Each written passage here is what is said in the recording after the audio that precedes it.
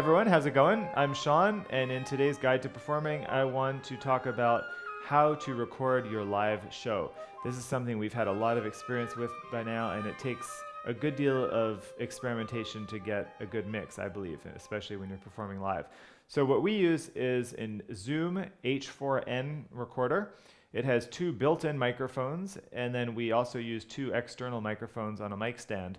So the mic stand is placed in the center of your ensemble, where whoever, in our case it's two people, so we put it right in the middle, one facing me, one facing Maria. I use an XY configuration.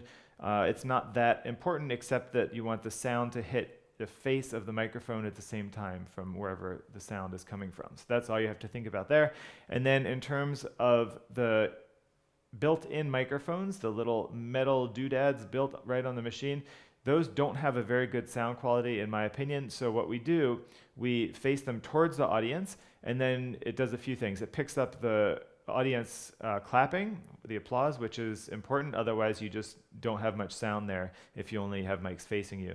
So it does that. And then also it allows you to mix in a little bit of the sound of the hall, so you get a little bit more flattering sound and use some of the reverb, which you lose out on if you only use the two mics facing you.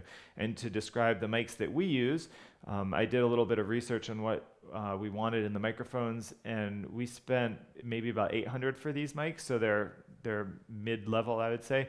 They're made by a company called Dynamic, and they're the MC930s, if I'm not mistaken. And they're cardioid mics, meaning they take only the sound that's coming at them, and at this sort of angle, it receives whatever's there. It's not going to get sound bouncing off the hall, etc., or very little of it.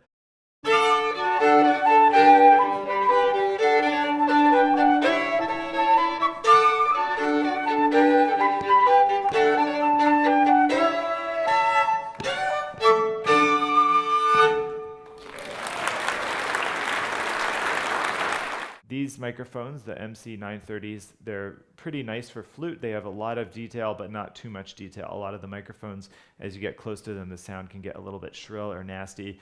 Violin, it's good for, but I like it even a little bit more on flute, I would say. Flute's a hard instrument to record, in my opinion, and these do a pretty good job of it. And you want to stay, I'd say, within 6 feet of that microphone or so. That's the sweet spot. So that's how we do it. We just take the two facing us, two facing the audience, mix them together. Usually the one facing you is turned up more than the audience mics. And we use, for the levels in the H4n, we've gotten to where it's usually around 40. Is the record setting on the H4n for the ones facing us, and then the ones facing the audience about half that at about 20.